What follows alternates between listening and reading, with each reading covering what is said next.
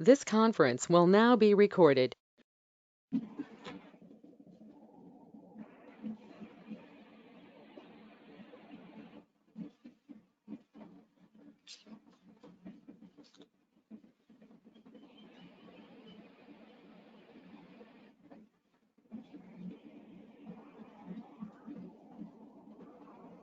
Good evening, students. I'm Dr. Divya from TeenEinstein. So today we are moving to a new chapter, chapter number 12, Biotechnology and its Applications, part 1. So we are moving to the introductory part.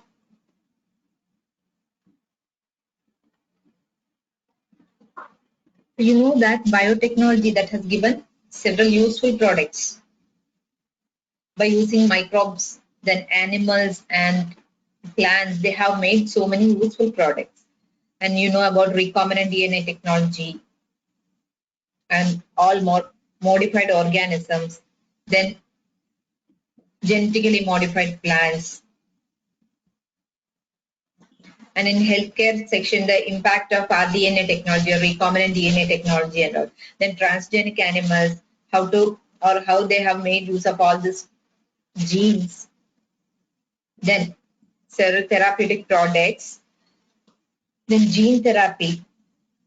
So for all these, in all these you can see biotechnological applications. So in this chapter, we are going to learn about applications of biotechnology. So in this we are going to learn about biotechnological application in agriculture section, then biotechnological application in medicine, then transgenic animals, then the ethical issues. All these things we are going to learn in this chapter. So you know that in the last chapter, chapter number 11, we have learned about industrial production or industrial scale production of this biopharmaceuticals, then all biologicals using the genetically modified organisms, genetically modified microbes, right? So the application, the biotechnological application, that is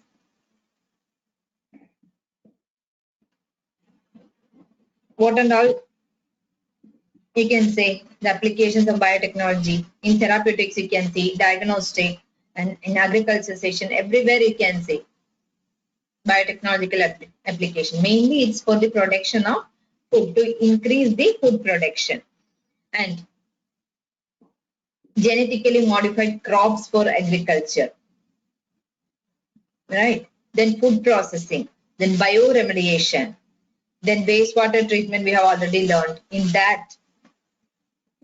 So everywhere you can see the application of biotechnological processes. So in part 1 first we are moving to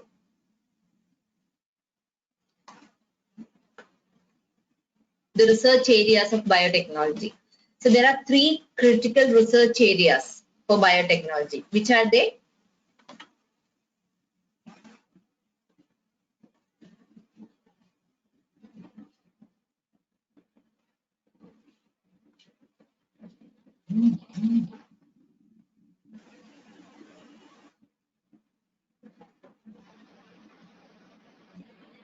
It's providing the best catalyst in the form of improved organism, usually a microbe or pure enzyme. Okay, so we need to provide the best catalyst, that is in the form of improved organism, microbe or pure enzyme.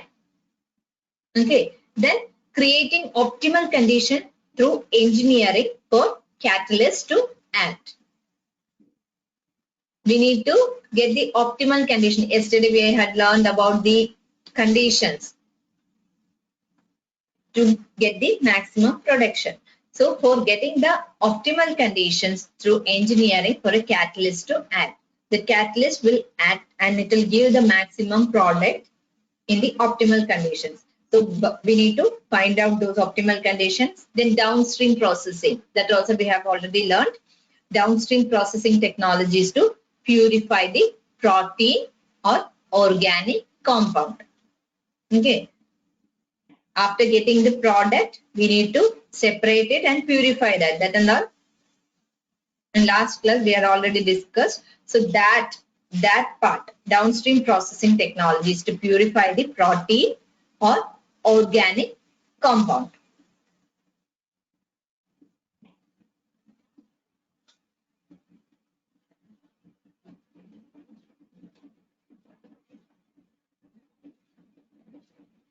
Then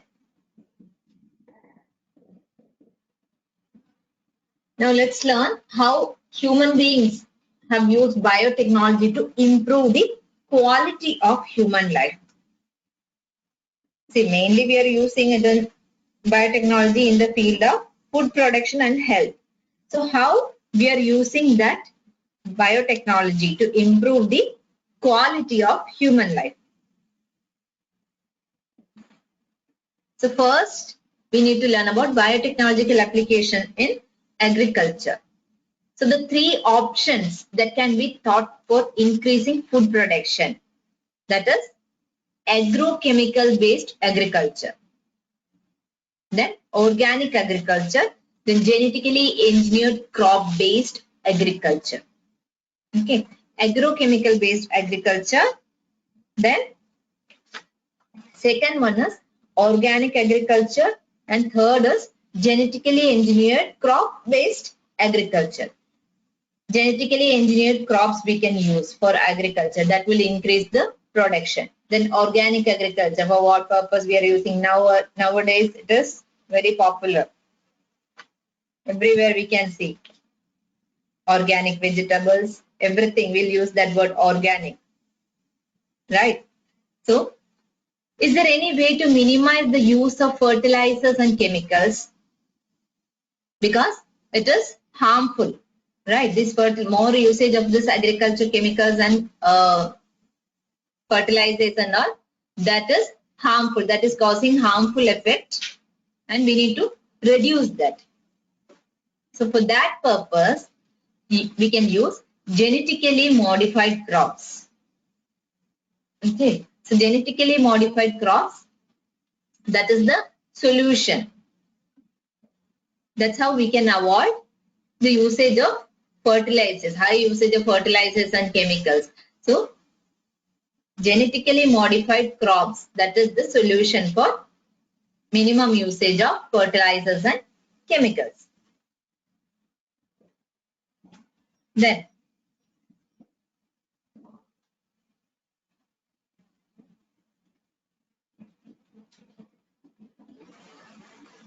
actually through green revolution,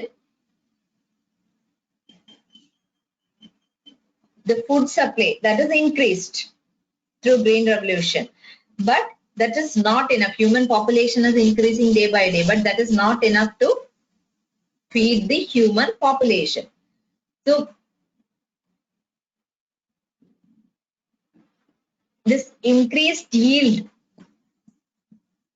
how we increase the yield of food products or crops, that is through improved crop varieties. Crop varieties, in all crop varieties we made improvement, like throughout the researches are going on, research scientists are continuously doing research to improve the crop varieties. We are increasing the food production by improving the crop varieties, but mainly due to the use of better management practice and use of agrochemicals, that means fertilizers and pesticides. So through that we are increasing the food production, right?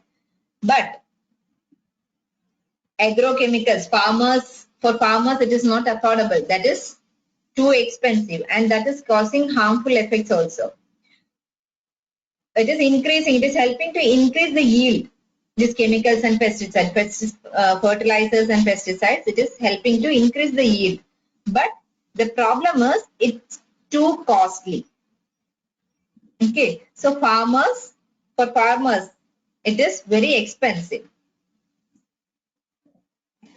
and already we are using some kind of varieties which are giving good yield, but if you are applying more this agrochemicals also, we can't increase the yield. There is a limit for each variety, so it's not possible by using this conventional method, it is not possible to increase the yield. So we need to think about an alternative method or an alternative path for increase the yield so that farmers will get maximum yield. So from the same varieties, we need to do some kind of genetic modifications to get maximum yield. Okay, this conventional method, conventional breeding method is not sufficient to feed human population. The human population is growing, so it's not easy to feed those populations with this conventional breeding. So we have to do some kind of genetic modifications.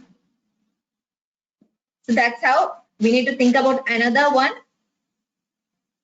main issue. What is that? We have to minimize the use of fertilizers and chemicals. So because it is causing harmful effects for the human population as well as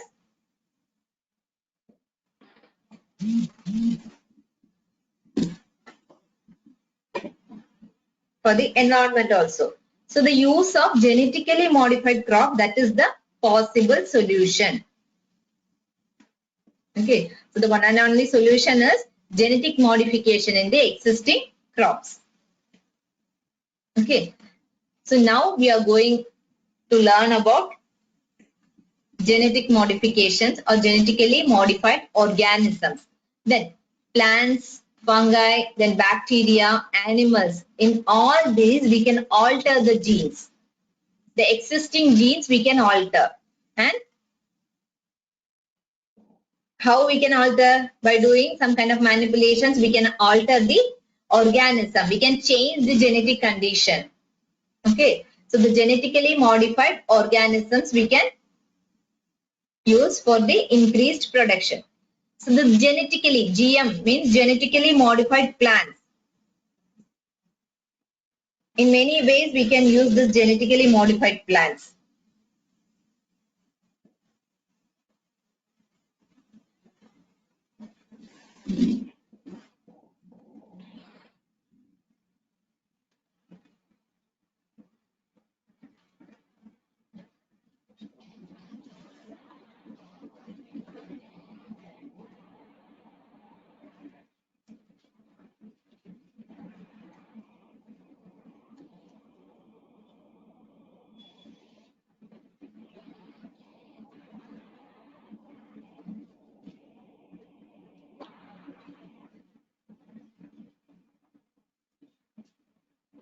Can you hear now?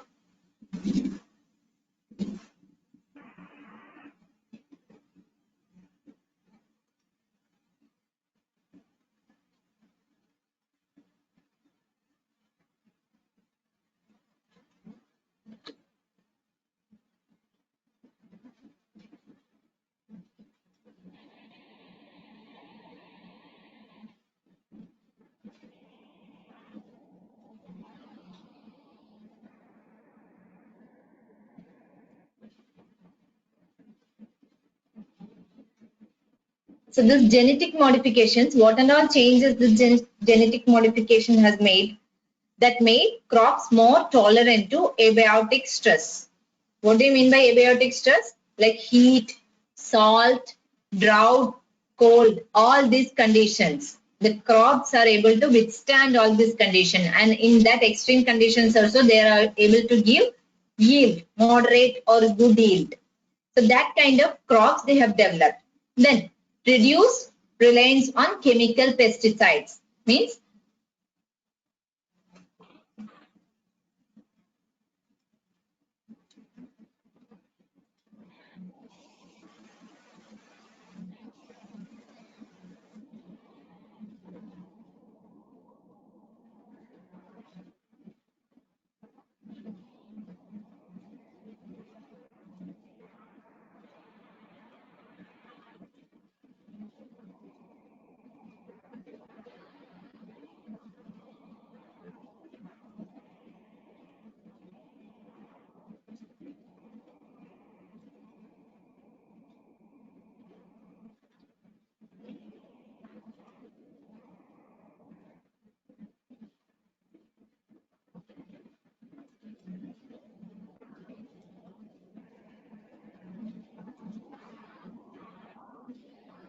Now can you hear?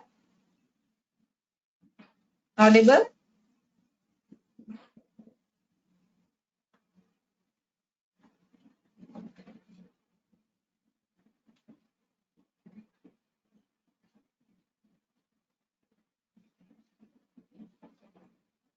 Yes, ma'am. Okay. So the genetically modified plants that has stress tolerance, abiotic stress tolerance, that is having the power to withstand all this drought, salt, heat conditions and all. Then reduce reliance on chemical pesticides. They develop resistant crops.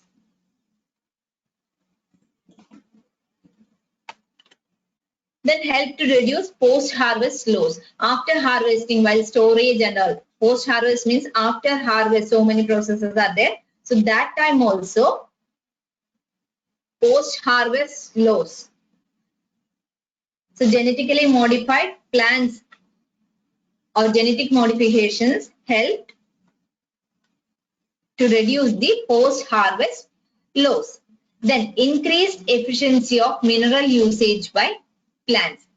So that prevents actually this efficiency, increased efficiency of mineral usage by plants, that prevents early exhaustion of fertility of soil. Then enhanced nutritional value. For example, we can say golden rice. That is, golden rice is enriched with vitamin A. So genetically modified plants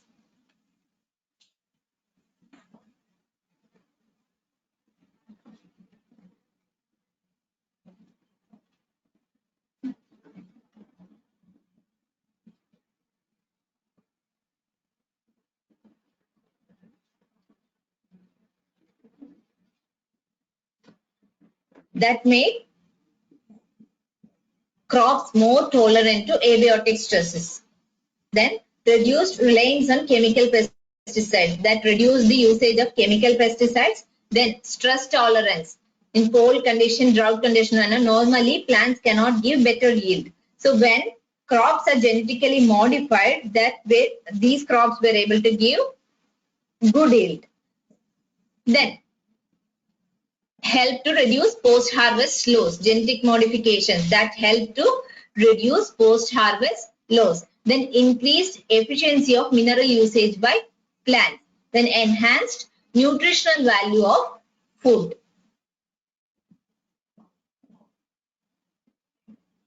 So in these ways and all, genetic modification help to increase the food production. Then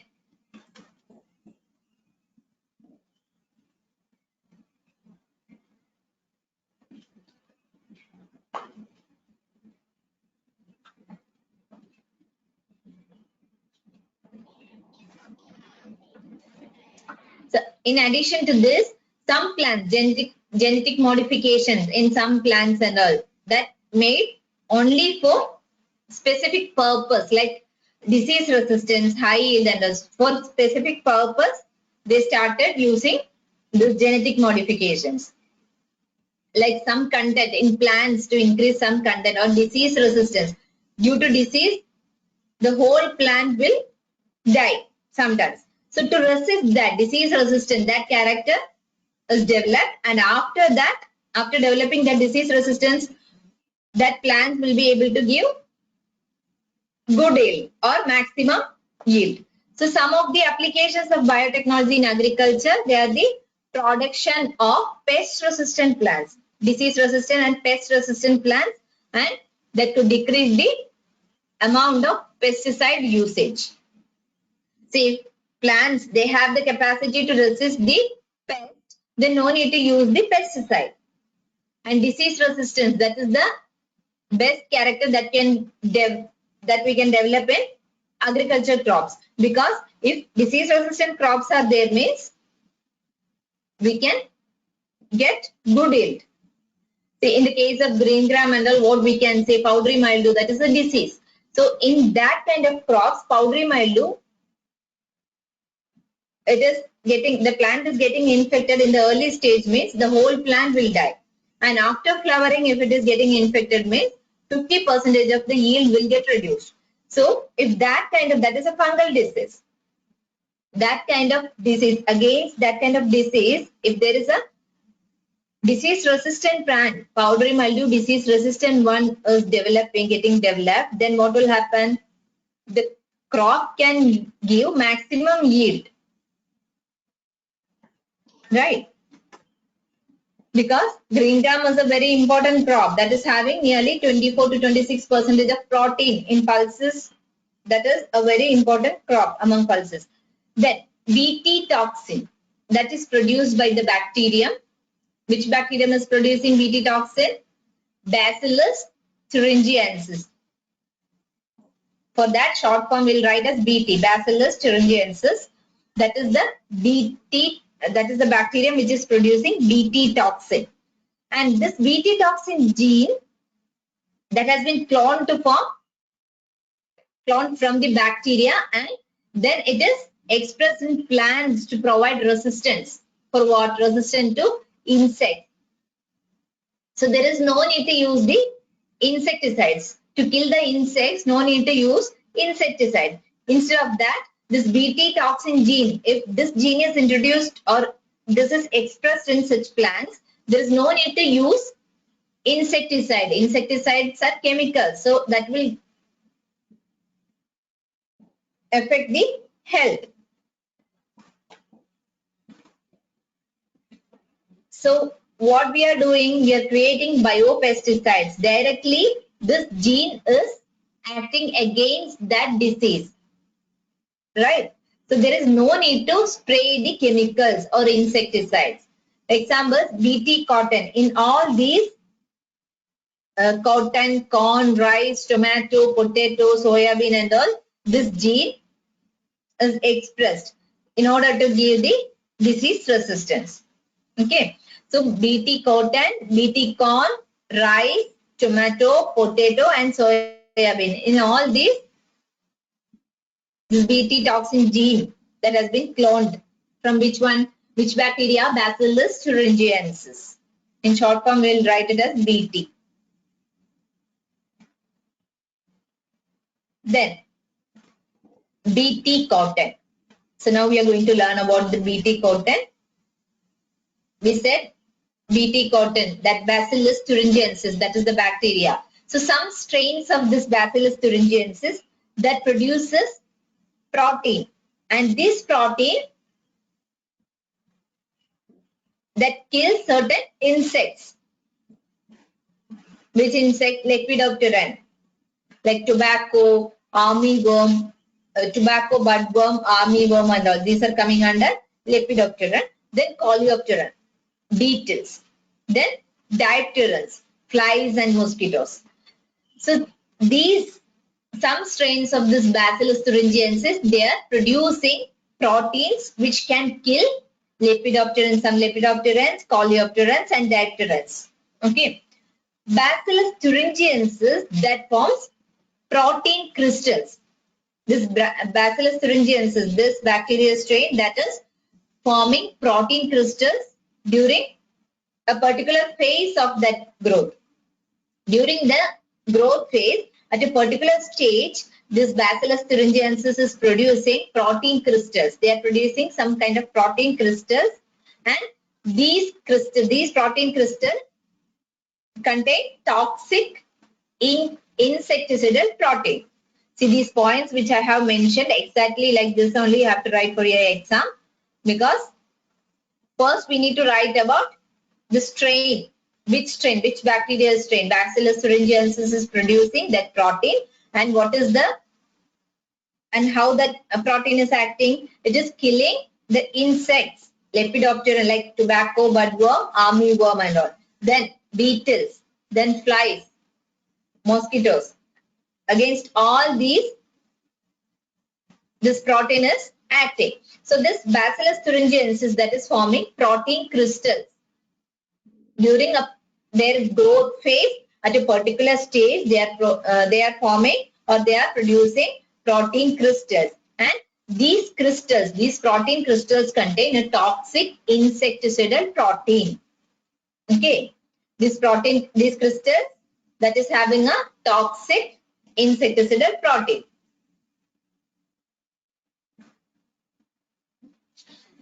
This Bt toxin protein that is existing as inactive protoxin. Okay, first that is existing as inactive protoxin. Which one? This protein crystals which is produced by the Bacillus thuringiensis strain, that is existing as protoxin in the first stage. But when it is entering inside the insect, that time it is getting converted into an active form. So that inactive protoxin, when it is entering inside the insect, it is getting activated and it is forming the toxic form. Okay, it is becoming active and it is forming the toxic form. So due to the alkaline pH of the gut, when that insect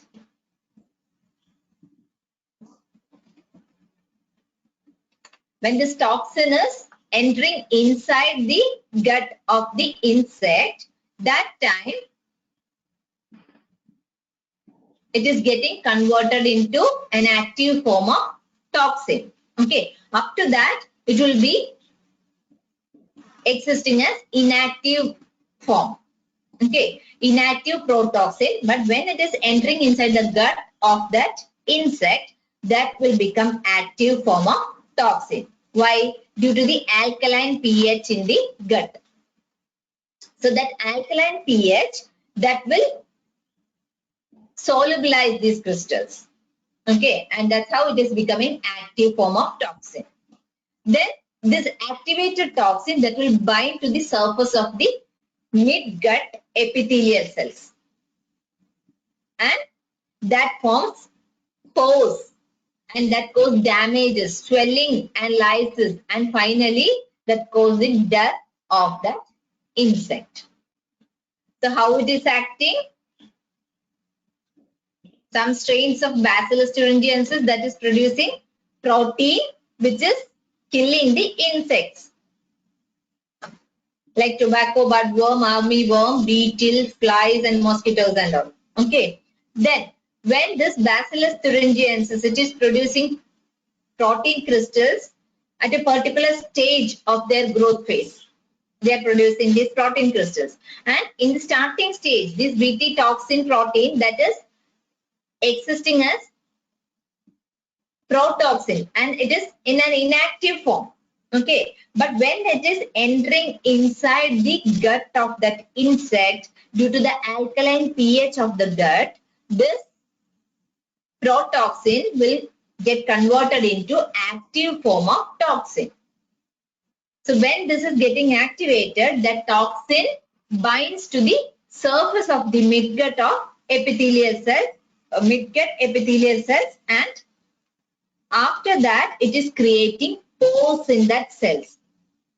Then swelling of that cells will happen and lysis also, and finally it is causing the death of that insect.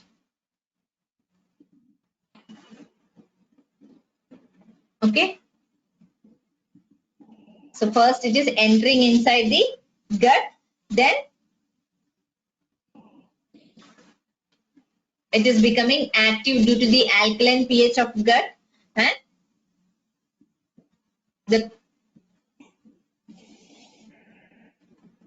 due to the alkaline pH of the gut that will get solubilized, then the activated toxin that will bind to the surface of the midgut epithelial cells, and finally it is creating pores and swelling and lysis of cells, and it is causing the death of the insect. Clear? Then specific Bt toxin genes were isolated from Bacillus thuringiensis, and into several crops, this gene is incorporated, like cotton.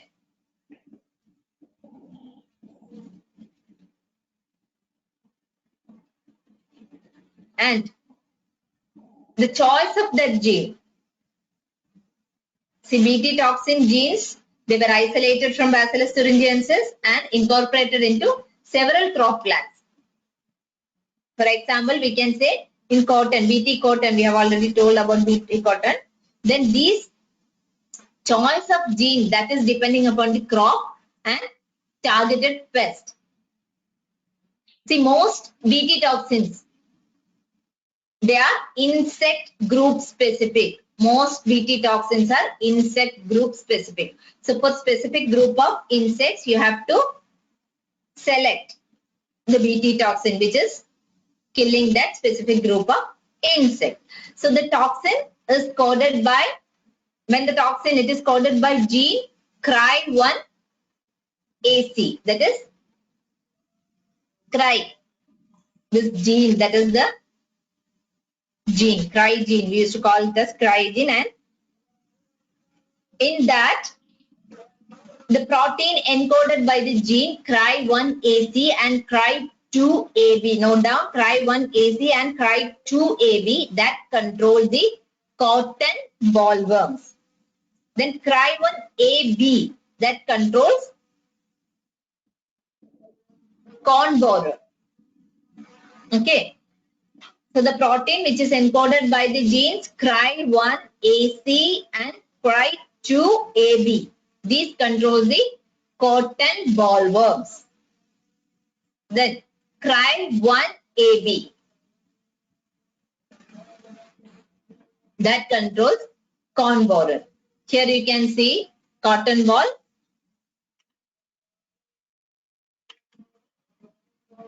Cotton ball. In the first one you can see destroyed by bollworms here. And a fully matured, this is a fully matured cotton ball, and this here you can see the destroyed, this cotton ball which is destroyed by the bollworms. This is the matured one. Here you can see the cotton ball.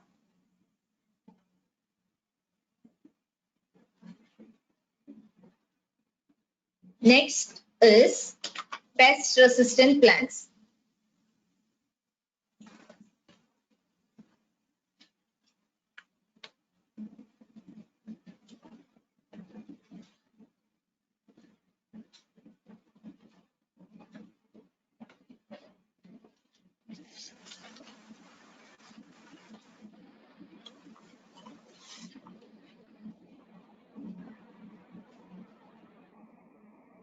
See, in pest resistant plants,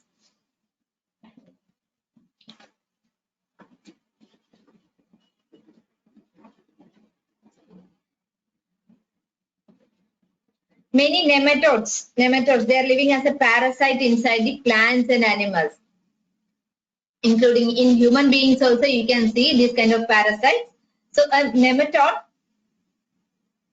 called Meladogine incognita that infects the roots of tobacco plants. Note down this name, Meladogine incognita, that infects the roots of tobacco plants, and that is causing reduction in the yield.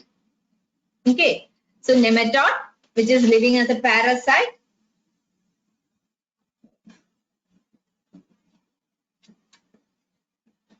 that infects the roots of tobacco plants and it is causing yield reduction. Which nematode is that? Meladogine incognita. Meladogine incognita infects the roots of tobacco plants and that is causing great yield loss. Then, so how to prevent this? They adopted one method to prevent this, that is RNA interference, RNA interference. We'll call it as RNA interference and RNAi. In short form, we can write it as RNAi. Interference.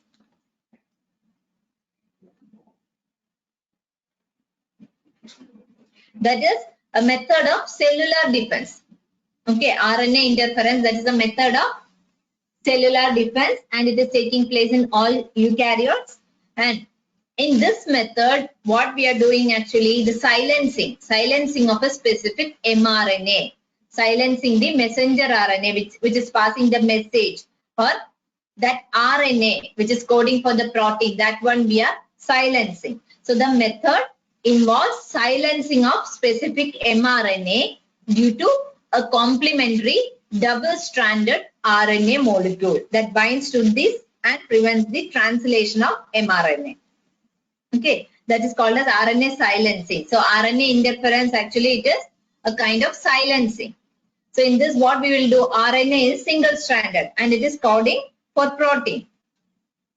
So when it is in a double-stranded form, it cannot code for the protein. So in RNA silencing, a specific mRNA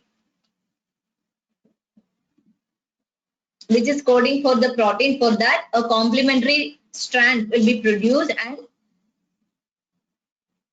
will make a double-stranded DNA. So that double-stranded DNA will never code for a protein, and that's how preventing the translation.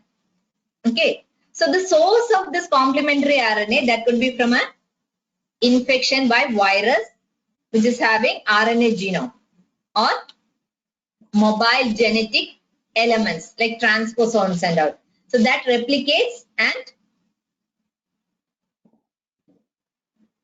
that forms double-stranded DNA, and that's how it is preventing the translation of mRNA. So this is a kind of silencing, RNA silencing. We are making that RNA silent. Okay. So in this method, what we are doing, that single-stranded RNA will code for protein. The RNA which is in single-stranded form, that is coding for protein. So here we need to stop that protein formation. So for that, what we need to do, a complementary strand should come and that RNA should become in a double-stranded mode. Right? So when it is in a double-stranded mode, it will never code for protein. So from where we will get this RNA for the complementary strand? That will be from an infection by virus which is having RNA genome, or with the help of mobile genetic elements, the complementary strand will be provided. Got it? Then, using agrobacterium vectors, nematode-specific genes were introduced into host plants. So these are all the applications of biotechnology in agriculture field. So agrobacterium, by using agrobacterium vectors, nematode-specific genes were introduced into host plant. Then the introduction of DNA.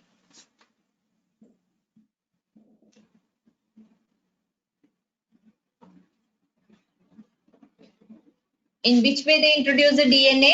To produce both sense and antisense RNA in the host cell. Okay, so these two RNAs, they'll become complementary to each other and forms a double-stranded RNA. Again, double-stranded RNA that initiated RNA interference, and thus they silence the specific mRNA. Double-stranded RNA, for making the RNA in a silent form, what we need to do? It should be in a double-stranded form. Then in double-stranded form, RNA will never code for protein. Okay, so that's the way how RNA interference or RNA silencing is done, that we need to learn in detail. Do you have any doubt in this? Is it clear up to this?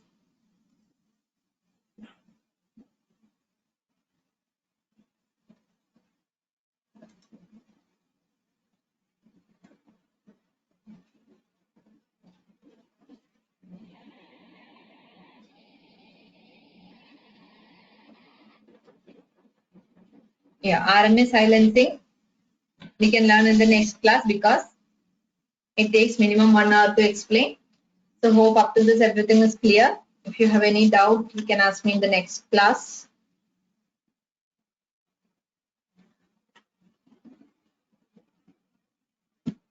Thank you.